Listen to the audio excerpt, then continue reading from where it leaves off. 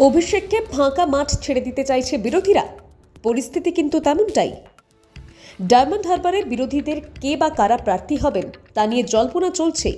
ISF বিধায়ক নওশাদ সিদ্দিকী একবার দুবার নয়, বোধহয় 100 বার বলেছেন যে তিনি ডায়মন্ড হারবার কেন্দ্রের তৃণমূলের সর্বভারতীয় সাধারণ সম্পাদক অভিষেক বন্দ্যোপাধ্যায়ের বিরুদ্ধে প্রার্থী হবেন।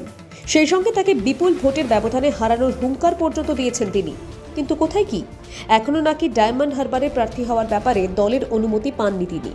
কিন্তু প্রশ্ন হলো, দলের অন্যতম অংশ তো তিনিও, তাহলে সিদ্ধান্ত নেওয়ার ক্ষেত্রে সমস্যাটা হচ্ছে কোথায়?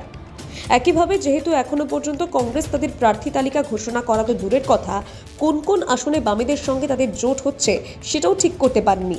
তাই ডায়মন্ড হারবারে শেষ পর্যন্ত আইএসএফ নাকি বাম নাকি কংগ্রেস কাদের প্রার্থী থাকবে সেটা নিয়ে আলোচনা চলছেই। একই কথা প্রযোজ্য বিজেপির ক্ষেত্রেও। বিগত কয়েক বছর ধরে বিজেপির সবচেয়ে বেশি নিশানা করেছেন মমতা বন্দ্যোপাধ্যায়ের পাশাপাশি অভিষেক বন্দ্যোপাধ্যায়কেও। সেখানে রাজ্যের প্রধান বিরোধী দল বিজেপি এখনো পর্যন্ত ডায়মন্ড হারবারে প্রার্থী ঠিক করতে পারেনি। অথচ কয়েক মাস আগেও বিরোধী দলনেতা শুভেন্দু অধিকারী দাবি করেছিলেন দক্ষিণ 24 পরগনায় ওই কেন্দ্রে বিজেপি বিপুল ভোটে জিতবে। এই পরিস্থিতিতে একটা কথা বলাই যায় যে অভিষেককে কার্যত ফাঁকা মাঠ ছেড়ে দিয়েছে বিরোধীরা। তাই বুধবার সন্দেশখালীতে গিয়ে অভিষেক হুঙ্কার দিয়ে বলেছেন, এবার ডায়মন্ড হারবারে 4 লক্ষের ব্যবধানে বান্ডিল করব। গতবার 3,20,000 ভোটের ব্যবধানে জিতেছিলেন তিনি। এবার সেই ব্যবধান বেড়ে 4 লক্ষের কাছাকাছি হবে বলে আশাবাদী তিনি। রাজনৈতিক মহলের মতে বিরোধীরা যেভাবে এখনো ছন্নছাড়া হয়ে রয়েছে, তাতে অভিষেক এতটা আত্মবিশ্বাসী হয়ে উঠবেন এটাই তো স্বাভাবিক ছিল।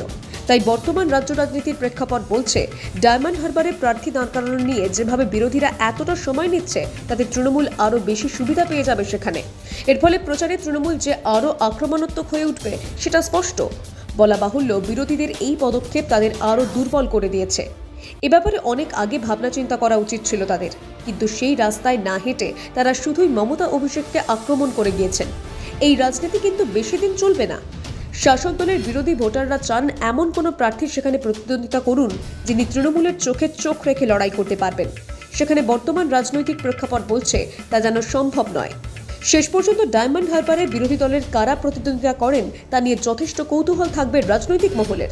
ব্যুরো রিপোর্ট, আজ বিকেল।